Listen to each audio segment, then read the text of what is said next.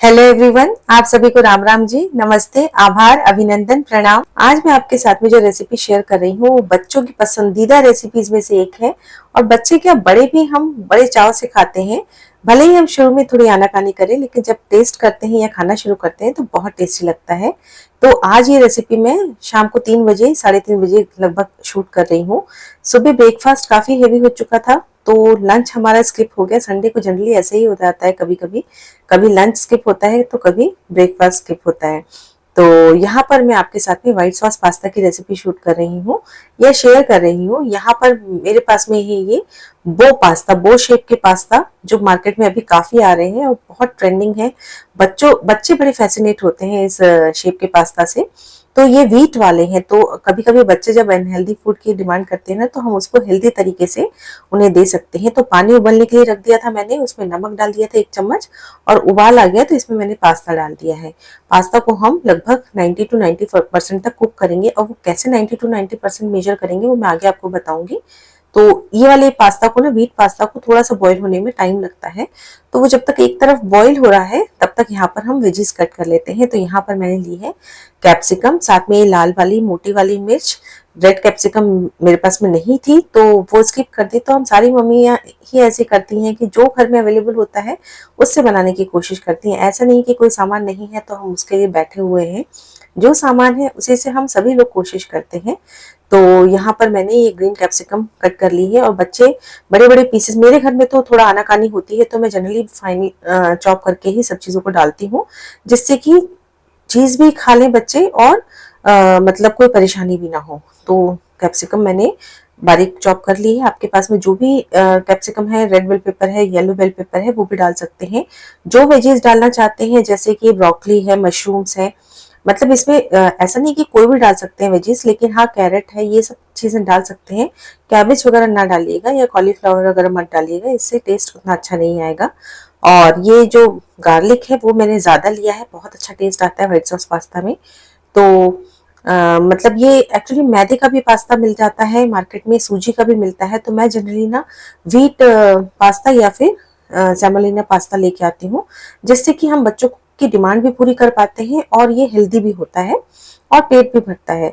तो ब्रेकफास्ट होने के बाद काफी गैप आ चुका था, तो बेटे को मेरे भूख लग गई थी, तो उसने डिमांड की 3 बजे कि मुझे तो पास्ता ही खाना है। तो हम लोगों को उतनी भूख नहीं लग रही थी, लेकिन जब बनाया तो इतना टेस्टी बना कि सबने भर भर के खाया फिर। तो ये अभी पास्ता उबलने में टाइम है, तो मैंने उसको एक दूसरे बर्नर में रख दिया है। तब तक एक पैन चढ़ाया, और इसमें 1 क्यूब बटर की डालेंगे। और बटर डालते साथ ही जलने लगता है, जनरली काला पड़ने लगता है, तो इमीडिएट में यहाँ पर 1 से 1.5 चम्मच मैंने रिफाइंड ऑयल डाल दिया है। रिफाइंड ऑयल डालने से क्या होता है कि बटर जलता नहीं है। और अब इसको हम थोड़ा सा पकने देंगे, जिससे कि ये गर्म हो जाए और इसमें हम बाकी चीजें डाल पाए। तो बटर जब तक मेल्ट होता है तब तक मैं यहाँ पर साथ ही साथ में पास्ता को भी चलाते चले जा रही हूँ, उसको उबलने में टाइम लगेगा। और यहाँ पर बटर अच्छे से मेल्ट हो चुका है, तो सबसे पहले गार्लिक डालेंगे। तो ध्यान रखिएगा कि गार्लिक ना फ्रेश ही यूज करें, पेस्ट ना यूज करें, उससे ना प्रॉपर टेस्ट, बढ़िया वाला टेस्ट नहीं आता है। फ्रेश गार्लिक चॉप करके डालेंगे ना, उसका अलग ही स्वाद आता है। तो गार्लिक को ना हल्का सा कलर चेंज होने तक मैंने भून लिया, बहुत ज्यादा डार्क ब्राउन नहीं करना है, हल्का सा कलर चेंज होगा इतने तक मैंने भूना। उसके बाद इसमें जो भी वेजीज आप डालना चाहते हैं ना वो डाल सकते हैं। तो मेरे पास में तो ज्यादा वेजीज थी नहीं, सिर्फ ग्रीन कैप्सिकम है और ये रेड वाली मिर्ची है, इनको मैंने डाल दिया। पर यकीन मानिए इससे भी इतना बढ़िया टेस्ट आता है ना कि बहुत ज्यादा वेजीज की जरूरत भी नहीं है कि आप ब्रोकली भी डालें, मशरूम भी डालें, आपकी इच्छा है, आप चाहे तो पनीर भी डाल दें। पर लेकिन सिंपल भी बनाएंगे ना, बहुत अच्छा टेस्ट आता है। जो चीजें अवेलेबल है घर में उसी से बनाइए। और जब तक ये फ्राई हो रहा है तब तक मैंने यहाँ पर निकाल ली है काली मिर्च। तो काली मिर्च का बहुत अच्छा टेस्ट आता है, और मैं हमेशा आपको अपनी वीडियोज में बताती हूँ कि सभी चीजें ना फ्रेश कूट के डालेंगे ना, बहुत ज्यादा अच्छा टेस्ट आता है।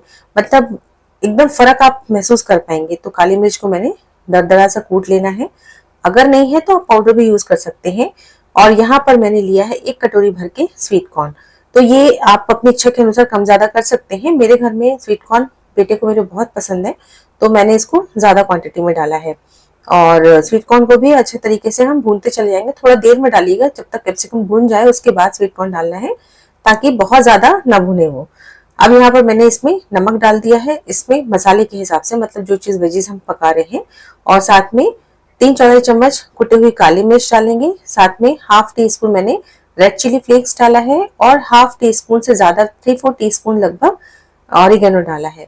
तो रेड चिली फ्लेक्स और ऑरिगेनो जरूर से डालिएगा और ब्लैक पेपर भी जरूर से डालिएगा, बहुत ज्यादा अच्छा टेस्ट आता है। और जितने मसाले मैं बता रही हूँ ना उतने ही मसाले डालिए, आप यकीन नहीं मानेंगे इतना टेस्टी बनता है व्हाइट सॉस पास्ता कि क्या ही बताऊं। तो मैंने इसको फ्राई कर लिया है, एक तरफ मैंने रख लिया। और देखिए पास्ता अच्छे से बड़े बड़े हो चुके हैं, उबल चुके हैं। अब देखिए मैं इसको चाकू से कट कर रही हूँ तो कट हो रहा है पर मैश सा नहीं हो रहा है, इतने तक पकाना है। मतलब ये 90 to 95% कुक हो चुका है। बाकी जितनी थोड़ी बहुत कसर है वो ग्रेवी, व्हाइट ग्रेवी के साथ में पूरी हो जाएगी। अब इसको मैंने इसका एक्स्ट्रा वाटर ड्रेन आउट कर लिया है और ऊपर से जल्दी से ठंडा पानी डालेंगे, जिससे कि इसकी कुकिंग प्रोसेस यहीं पर स्टॉप हो जाए और ये आपस में चिपके नहीं। ऐसे ही रख देंगे ना तो ये पास्ता आपस में चिपकने लगते हैं। तो मैंने ठंडा पानी इसमें डाल दिया है, अब ये चिपकेंगे नहीं, अलग अलग ही रहेंगे। पानी छटने के लिए मैंने साइड में रख दिया। अब एक कढ़ाई चढ़ाएंगे और इसमें दोबारा से मैं बटर डाल रही हूँ। ये बिल्कुल ऑप्शनल है, अगर ना डालना चाहे तो आप सिर्फ रिफाइंड ऑयल का भी यूज कर सकते हैं, पर मैंने 1 क्यूब बटर का डाला है। और 1 से 1.5 चम्मच इसमें, 1 ही चम्मच बल्कि या आधा चम्मच ही डालिए, बहुत ज्यादा की जरूरत नहीं है। अब इसमें ऑयल डाल दिया है, सिर्फ बटर जले नहीं इसके लिए डालना है। और जब बटर गर्म हो जाएगा तब इसमें हम डालेंगे व्हाइट सॉस बनाने के लिए हाफ टी स्पून मैदा। तो मैदे की क्वांटिटी आप थोड़ी सी कम ज्यादा कर सकते हैं, जितना अगर आप ज्यादा बना रहे हैं तो आप थोड़ा सा ज्यादा बढ़ा दीजिए। अब मैदा को ना हम बिल्कुल लो फ्लेम पर थोड़ा सा भून लेंगे, इसका कच्चापन जाने तक। तो मैदा भून चुका है, इसमें हार्डली 60 सेकंड, मतलब समझ लिए 50 से 60 सेकंड लगते हैं। अब 1 कप मैंने यहाँ पर पास्ता लिया था बॉईल करने के लिए, उसी कप से मैंने मेजर करके लगभग 1.5 कप दूध डाल दिया है। तो मेरा ना फुल फैट मिल्क है और 1.5 कप अभी डाला है, लेकिन 1/4 कप मैंने और थोड़ी देर बाद भी डाला था, मुझे लगा था थोड़ा सा कम है। तो लगभग 1/4 कप मैंने और डाला है।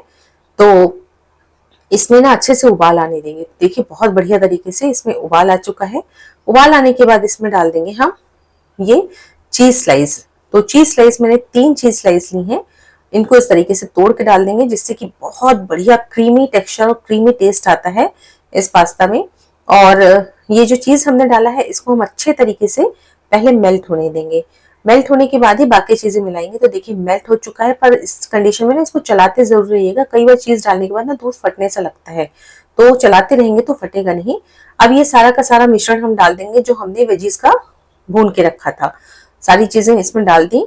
और इस स्टेज में अब इसमें थोड़ा सा नमक और ऐड करेंगे, ये व्हाइट सॉस के हिसाब से, क्योंकि अभी तक हमने नमक नहीं डाला था, पर ध्यान से डालिएगा क्योंकि हमने जो चीज स्लाइस डाली है उसमें भी सॉल्ट होता है।